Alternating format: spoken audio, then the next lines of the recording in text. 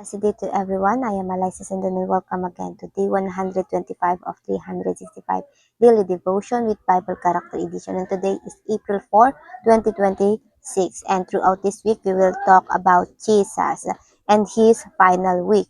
And this devotion will highlight the faith that wait in darkness. So, ano bang ginagawa natin when we are confused, afraid, and alone? So, dito sa devotion natin, dito ay tuluyan ng namatay si Jesus Christ dahil siya ay pinako sa cross. And for our scripture for today, it's all about Matthew 26. Makikita natin ito sa Matthew 26 verse 56, John 20 verse 19, and Luke 24 verse 21. Ito yung mga emotion na masasabi nating naranasan o naramdaman ng kanyang mga disciple.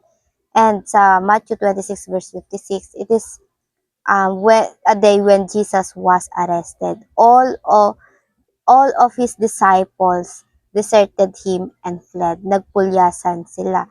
And John 20 verse 19, ito yung after Jesus risen and before he appeared to his disciple. Ito mga disciple niya were together, magkakasama, with the doors locked for fear of the Jewish leaders. So, kakaramdam sila ng takot sa mga Jewish leader dahil nga kasama nila si Jesus Christ. Sila yung mga kasamahan ni Jesus Christ. And for Luke 24 verse 21, dito sinasabi, had hope na si Jesus yung magpapalaya sa Israel. Marahil inaasalin nila yung katulad ng ginawa ng mga judges and king beyond expectation ng mga discipleship ay siya ay namatay si Jesus Christ. And now, for our teachings, patutungkulan natin yung three overwhelming emotion of the disciples. Number 1, the disciples were terrified kasi master at Lord nila yung hinuli at pinatay. Kaya sa kanila, hindi malabong gawin rin yun sa kanila. Kaya nung hinuli si Jesus Christ, sila ay nagpulyasan. And pangalawa, the disciples were in despair.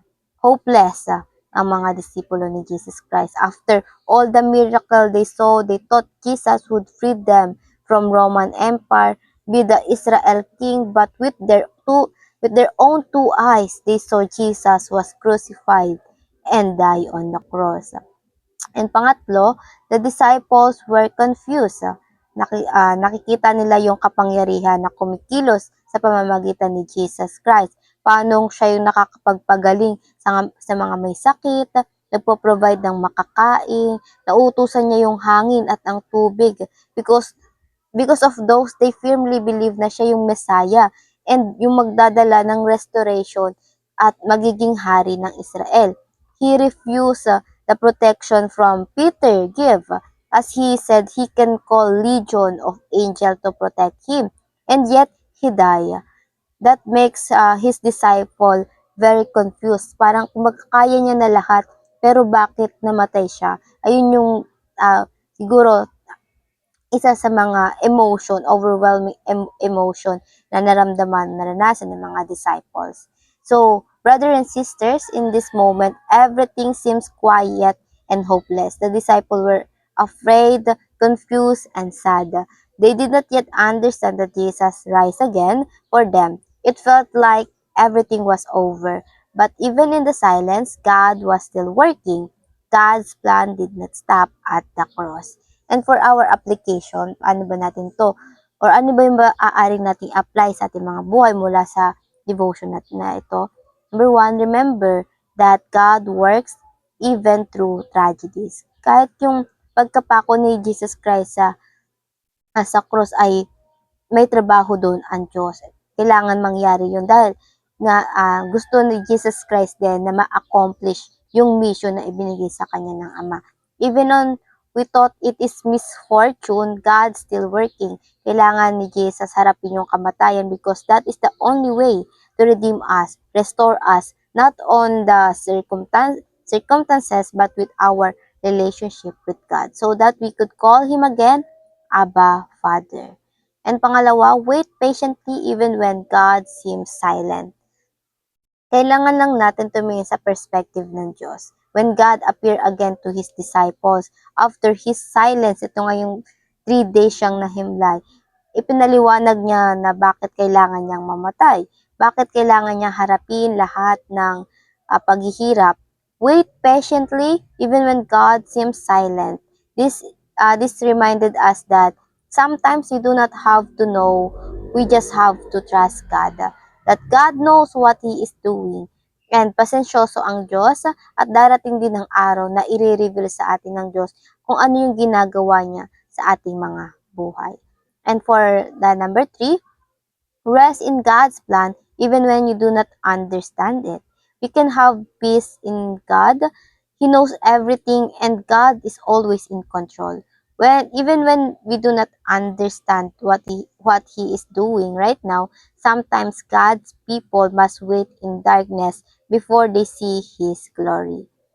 Faith means trusting God even when everything seems silent and uncertain. And ayun lamang po for our application and teaching. Again, for our application, remember that God works even through tragedies. Wait patiently even when God seems silent. And lastly, rest in God's plan. Magtiwala tayo sa Diyos. Even when you do not understand it. At bago tayo mag-end this devotion, let's have a closing prayer. And let's pray everybody. Our Father in heaven, we thank you and we glorify you for your uh, plans, Lord God, itong devotion mo, Panginoon, na binigay sa amin, Panginoon, para muli ay marinig ka namin sa iyong mga salita, Panginoon, sa iyong mga plano, Panginoon. Lord, help us when we feel like there are silence, Lord God, wala yung presensya mo sa amin, Lord God. Paalala mo sa amin, Panginoon, even on that situation, you are still in control. Lord God, inaayos mo, Panginoon, ang aming mga buhay, ginagabayan mo pa rin kami, Panginoon. Thank you for having a beautiful plan for our life, Lord God. At Lord, thank you for the life of Jesus.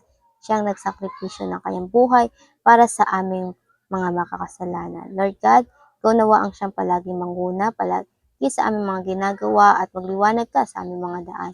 Ikaw nawa ang siyang madakila ng bawat tao sa aming mga buhay. At ayun lang po, in Jesus' name we prayed. Amen and amen and amen. At ayun lang po, I hope marami tayong natutunan at matututunan pa. And I pray na sama-sama sana tayong lumagko para sa Panginoon. See you again tomorrow for our devotion. Have a nice day ahead and God bless.